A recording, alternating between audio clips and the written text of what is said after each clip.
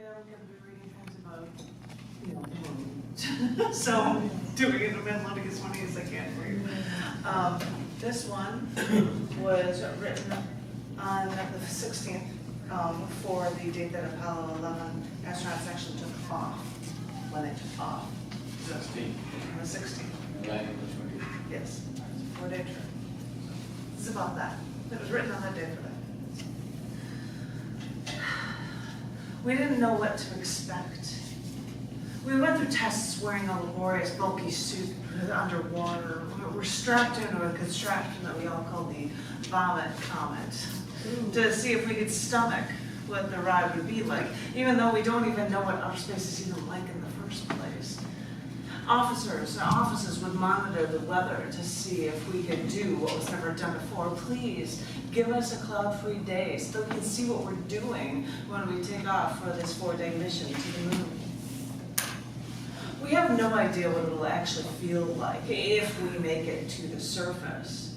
Strapping us into that bulky suit when we're underwater and asking us to do chores really can't prepare us for actually walking on the moon.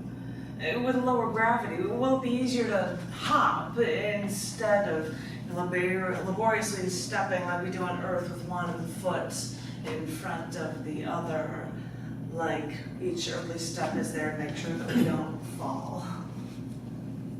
What about the sun will look like? And without an atmosphere, how black will the sky always seem? We want to stare out at this landscape along these rocks and this new terrain, and then look up to see Earth, home, the way we used to always look back fondly at the moon in our Earth sky. What a bizarre juxtaposition will we experience after we've loved this moon from afar for so long, when we literally stand on the moon and see this tiny Earth far away. That may be when we'll realize that tiny teeming ball holds all of mankind. As seeing that beautiful blue orb makes all of mankind's problems seem so small after all. So strap yourself in, it's a long ride, one we've never taken before. We have no idea what it'll be like, and we have no idea what we'll even say when we're there. But we've worked all our lives for this. I'm sure the words will come.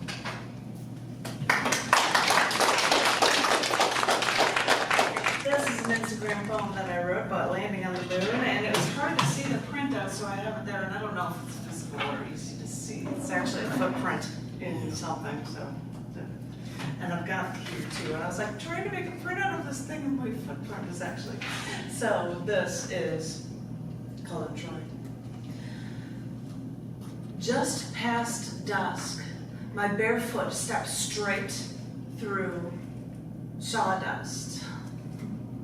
I saw the ridges, shadows, contours of my foot.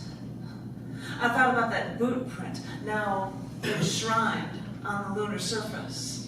Those ridges, shadows, contours.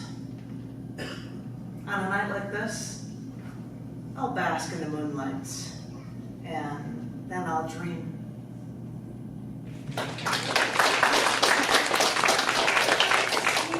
This is a longer one, and I did do an Instagram photo for part of it because it was written for and on the day of the last space shuttle flight.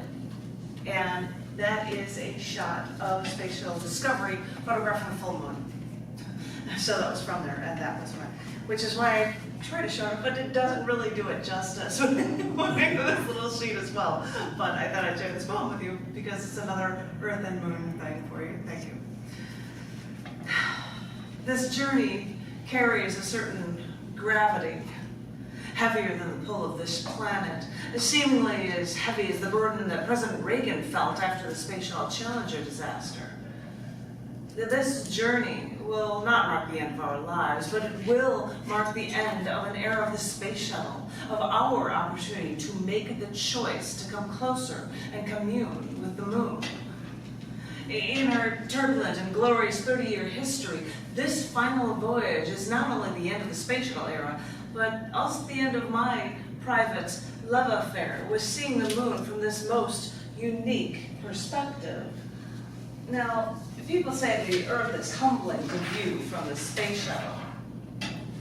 But I believe that our moon, that beautifully elusive orbiting chunk of rock that used to be a part of Earth, the moon takes on a different realm altogether when seen without our trusted atmosphere, when there it is distort our view of what we are truly meant to see.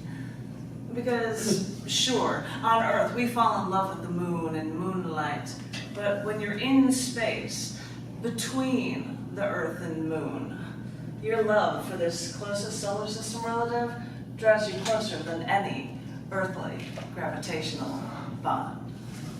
Thank